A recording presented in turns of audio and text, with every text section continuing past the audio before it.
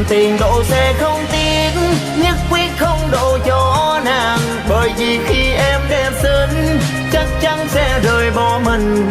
Vì vậy nghe tôi nói nè, cầm tiền thì cứ độ xe, rồi sau này có kẹt quá mình bán cùng được giá cao. Đồ nàng coi như mất trắng, mất hết giá trị lẫn trai.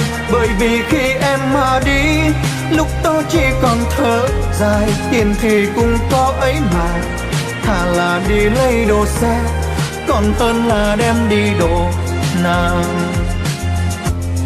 Cầm tiền thì cứ đi độ xe, độ nàng làm gì có ngày đi bộ nghe.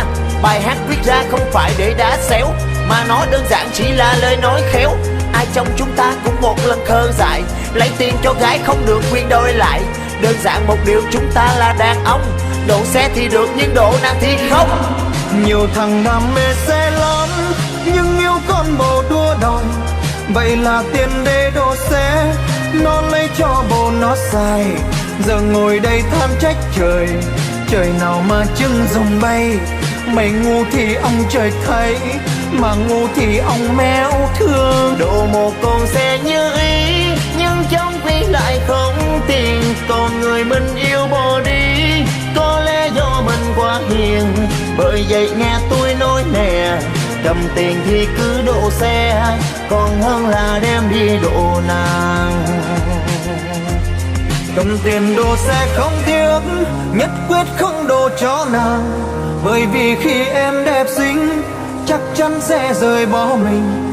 Bởi vậy nghe tôi nói nè, cầm tiền thì cứ đồ xe, rồi sau này có kẹt quá mình bán cũng được giá cao. Đồ nàng coi như mất trắng, mất hết cả chỉ lắng trai.